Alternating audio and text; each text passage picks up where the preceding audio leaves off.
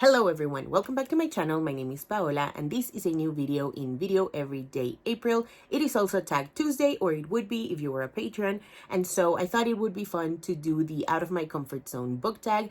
This was originally created by Emma over at Emma Books, so I will leave a link in the description below to that original video. One thing really quickly before we get started, I have a Patreon where if you join, you will get early access to all of my content, as well as an exclusive newsletter. There's 3 tiers, $2, $5, and $10. They all get the same benefits. It's just a matter of how much you want to contribute to the channel.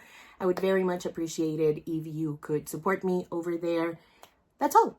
Let's move on. The first thing I have to do is create a rule. I have to choose one genre/category of books that I frequently talk about in tags and don't use any books from that genre for answers. So I completely misread this rule when I was planning for this video, and I thought it meant to not talk about books that are within your comfort zone, aka for me, it would be contemporary or contemporary romances, either YA or adult. But now I'm seeing it's about tags. And so now I feel silly because most of these books I've used in answers for tags before, even like as recently as the last tag. And in general, in the Video Everyday April series. So I'll try to switch it up off the cuff. This might take a little bit longer to film, which should be interesting. So I will give you both answers. The original one when I'd misread the rules, and the new one now that I know I can pretty much talk about anything. Question number 1 is a book that is an exception when it comes to genres or elements in books that you don't typically like. My original answer was Juniper and Thorn by Ava Reid, which is a horror gothic retelling of an already dark fairy tale. It's called The Juniper Tree by the Grimm brothers, and this one follows Marlin Shen, who is one of the last 3 witches in the now industrializing town, and her father exploits them for money. And then one night she is finally invited to like venture out of the house, and things go on from there. The reason why I originally picked this book for the answer for this tag was that I didn't really used to read gothic or horror fiction in any sense whatsoever. And so this felt like really out of my comfort zone at that time. This is definitely a book not for the faint of heart, which I cannot reiterate enough. A lot of people have complaints about the gothic and horror conventions, and so the misunderstanding of this book makes me very heated. So I will be reiterating that this book is gothic horror fiction, and so you should expect gothic horror fiction. My new answer would be Soaring Earth by Margarita Engel. This is a memoir in verse. I'm picking it because I don't really read nonfiction, not nearly as much as I should. That's another thing that we're gonna talk about later in this video. But I do love memoirs, and I had never read a memoir that had been written in verse. And so this was a really welcome change to my reading palette. I really fell in love with Margarita Engel's style. I really love how vulnerable and visceral and really raw this book felt. This chronicles the life of the author as a teenage girl who lived through the Vietnam War, and so the book is within that very specific context. There's also the added fact that the author is from the Cuban diaspora, so all of that informs how this book is written and how the subject matter is approached. And it was so lyrical and heartbreakingly beautiful. If you are interested in a different kind of memoir, one that's written in a kind of unconventional genre, you should definitely check this one out. I think my favorite thing about this is that it's written like a teenage girl actually wrote it, as opposed to the author reflecting back on her life, if that makes sense. And once again, I cannot stop singing these books' praises. Juniper and Thorn is one of my favorite books of all time. Question number 2 is a book you enjoyed from a genre you previously held some stigma about. To me, that's the fantasy genre, just because it seemed so big and very intimidating. Like the world building, the magic system, the idiosyncrasy of the people, the different kinds of people that live in this world, and also the hero's journey. To me, it looked like a genre that's really layered and complex, which is true, but that doesn't mean I'm not smart enough for it. That's what I was trying to get at with what I was saying. Like, I didn't feel smart enough for fantasy. And then I just took the plunge and read Three Dark Crowns by Kendar Blake. This is the first book in the series, and it's about three sisters, Arsinoe, Mirabella, and Catherine, who have been training their whole lives apart from each other to one day fight to the death. It's called the Ascension Day, I believe, and that's when they're meant to fight each other so that one of them can become queen. This book has so much political intrigue. I really love the layers to their dynamic as siblings, as well as their dynamic with their like political advisors. I really love the brutality in this book. It's a book that promises something and hardcore delivers on it. I really love that it doesn't shy away from that. However, I have talked about this book before. I think I used it for an answer in the Totally Should Have tag. My new answer is Orange September by Jasmine Farrell. This is a book of poems, and it's all about sensuality, sexuality. It's quite the steamy poetry book, and that's why I'm picking it.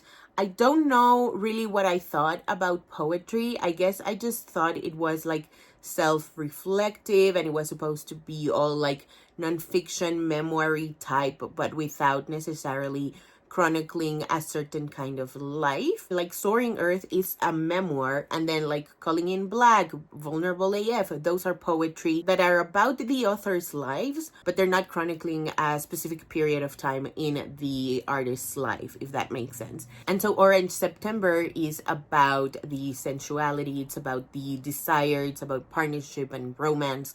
And I really love how this book changed my perspective of what poetry can be, what it can convey. Question number 3, a book that you didn't know was actually out of your comfort zone until you started reading it.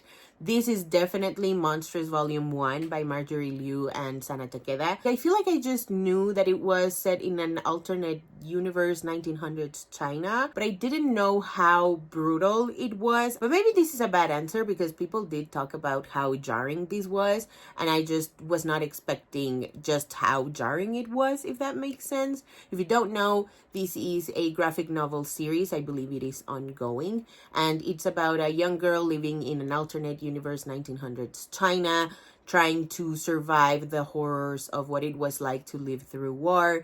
And she's also now fighting a monster that makes her a target for not just humans but otherworldly creatures. I have unfortunately only read one volume in this one, and I need to change that immediately. I don't know that I've talked about Monstrous in other tag videos. I do know that I have said its name because it's come up once or twice for Video Everyday April, so I'm okay keeping that book as my answer. But I do want to mention quickly Wild Beauty by Anna Mary McLemore. This is a book that I read, I want to say 2017, and I remember kind of knowing what conventions it would use because I had read magical realism books before, but I guess it had been a really long time, and so getting familiarized with that genre again felt very much out of my comfort zone at that time. So shout out to Wild Beauty by Anna Mary McLemore as well. Question number 4, pick a friend or booktuber that motivates you to pick up books that you might not normally be interested in.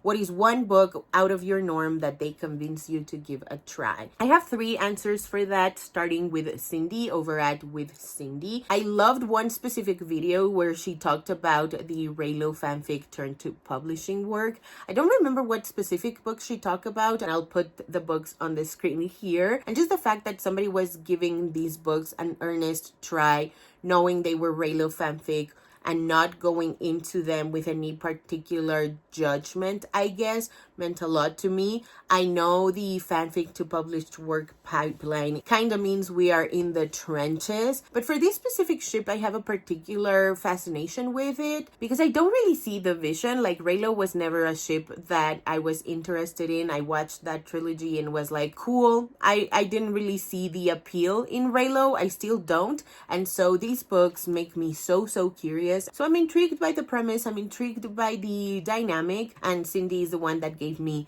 the push to try to read these books. My second answer is Kayla over at Books and Lala. I love how experimental she is. I really admire her curiosity and how open she is at trying books that are consistently out of her comfort zone. And I guess the ones that I'm most curious about that she's talked about are the sentient object erotica ones, because I'm so, like, nothing really weirds me out in fiction anymore, but this genre does weird me out a little. So I guess it's just a matter of me taking the plunge and reading one book that she's talked about. I especially want to read one book that she liked and one book that she didn't. So we'll see how that goes eventually, someday maybe. And my third answer is Adri over at Perpetual Pages. I really love that they read across a wide variety of genres in queer fiction specifically. And so it's because of them that I'm consistently adding new books to my TBR that wouldn't otherwise be there. So big shout out to Adri. Question number 5 is a book that is out of your comfort zone that you would like to read.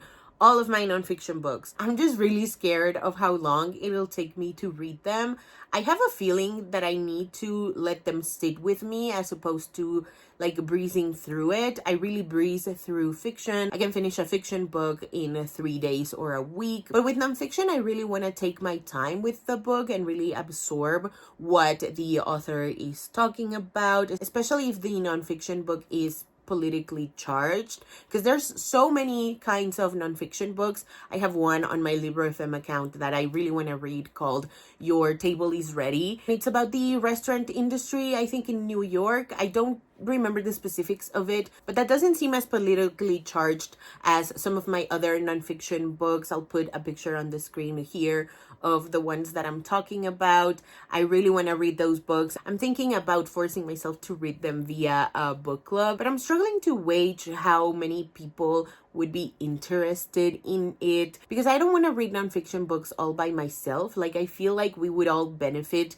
if we read nonfiction books communally. So let me know if you're interested in a nonfiction book club. I would very happily host if anyone's interested in joining me. And finally, question number 6 is a book or genre so out of what you normally read that you'll probably never give it another chance. I don't really have an answer for that. I guess the sentient object erotica ones seem really out of left field for me, but I wouldn't say I would never try them. Alrighty, that is it for today's video. Thank you guys so much for watching. If you haven't already and you'd like to, go ahead and hit subscribe, and I'll see you in the next one. Bye!